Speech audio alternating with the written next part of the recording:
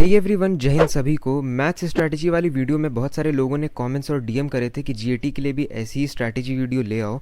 सो इस वीडियो में मैं आपको जीएटी की स्ट्रैटेजी बताऊंगा। सबसे पहले हम पेपर पैटर्न को समझते हैं। जीएटी में दो पार्ट होते हैं, part A, part B. Part A में आता है इंग्लिश, जिसमें 50 क्वेश्चन होते हैं। पार्ट बी जिसमें हमारा जीएस और जीके वाला पोर्शन आता है, दैट मीन्स हमारा science, history, geography, polity, economics and current affairs, और इसमें हमारे 100 क्वेश्चन होते हैं।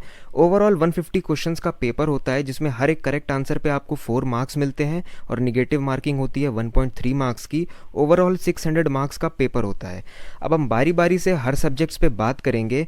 पार्ट ए यानी इंग्लिश, और इंग्लिश का सिलेबस होता है एंटोनिम्स, सिनोनिम्स, पैसेज या जिसको हम कॉम्प्रिहेंशन भी बोलते हैं, सेंटेंस कंप्लीटेशन या फिल इन द ब्लैंक्स भी जिसको हम बोलते हैं, spotting error, ordering of words in sentence, ordering of sentence. अब देखो, इंग्लिश कोई ऐसा सब्जेक्ट नहीं है जिसको आप 4 से 5 दिन में कंप्लीट कर सकते हो, क्योंकि इसके लिए आपकी वोकैबलरी और आपको ग्रामर रूल्स आने चाहिए। But as we all know, time कम है, सो मैं आपको सजेस्ट करूंगा कि आप पास्ट 4 से 5 ईयर्स के जो PYQs होते हैं उनको आप सॉल्व करो। कम से कम एटलीस्ट आपको ये समझ आएगा कि कैसे क्वेश्चंस यूपीएससी पूछता है और किस तरीके से आप उनको सॉल्व करोगे, अप्रोच करोगे। अब देखो, मैं आपको एक चीज़ बताता हूँ कि जो कॉम्प्रिहेंशन, एंटोनिम्स, सिनोनिम्स और फिल इन द ब्लैंक्स होते हैं, ये बहुत ईजी होते हैं। अगर आप प्रीवियस ईयर के पेपर सॉल्व करोगे तो आप ईजिली जो है क्वेश्चंस को सॉल्व कर लोगे, जो हमारा NDA 2 2025 का पेपर है। बट अगर आप बेसिक ग्रामर रूल्स पढ़ लोगे किसी बुक से या यूट्यूब के वन शॉट से, सो आप स्पॉटिंग एरर, ऑर्डरिंग वाले जो क्वेश्चंस होते हैं वो भी आप कर लोगे। इतना कोई ज़्यादा टफ नहीं आता है पेपर इंग्लिश का।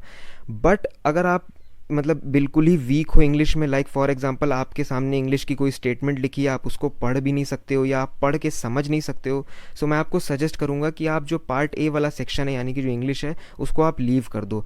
बस आपको पार्ट बी वाला जो पोर्शन है उसमें थोड़ा ज़्यादा ध्यान देना पड़ेगा। अब हम पार्ट बी वाले टॉपिक्स को कवर करेंगे, जिसमें सबसे पहला और हाई वेटेज सब्जेक्ट है हमारा साइंस। साइंस में अप्रॉक्सीमेटली 45 से 50 क्वेश्चंस बनते हैं, that means 180 to 200 marks.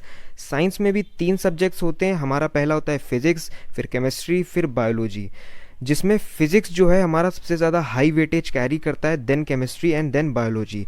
Physics में 20 से 25 क्वेश्चंस आते हैं, केमिस्ट्री में 15 से 18 क्वेश्चंस आते हैं, और बायोलॉजी में हमारा 8 से 10 क्वेश्चंस।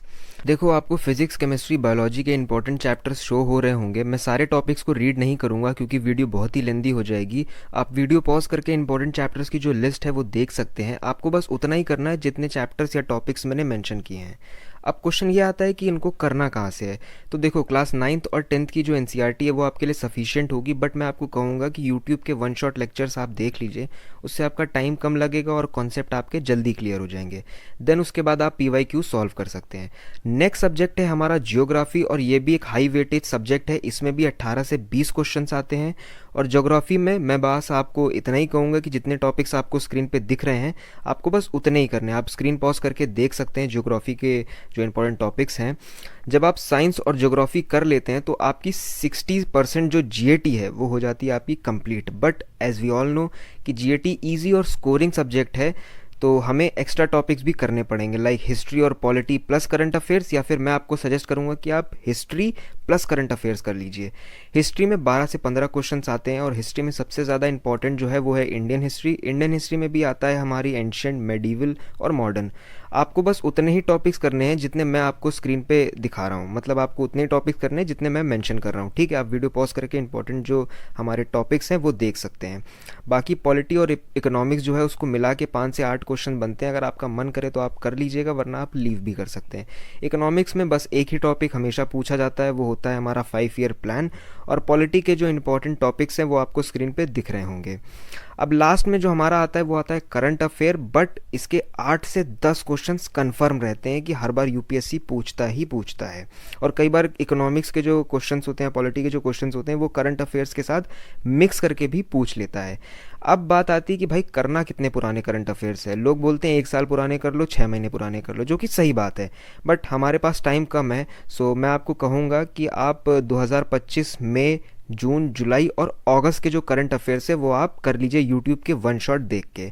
अब मैंने सितंबर इसलिए नहीं बोला क्योंकि ऑलरेडी जो पेपर है वो अगस्त में या जुलाई में सेट हो चुका होगा, सितंबर में पेपर सेट नहीं होता है, तो सितंबर के करंट अफेयर्स कैसे आएंगे भाई, सिंपल सा लॉजिक है।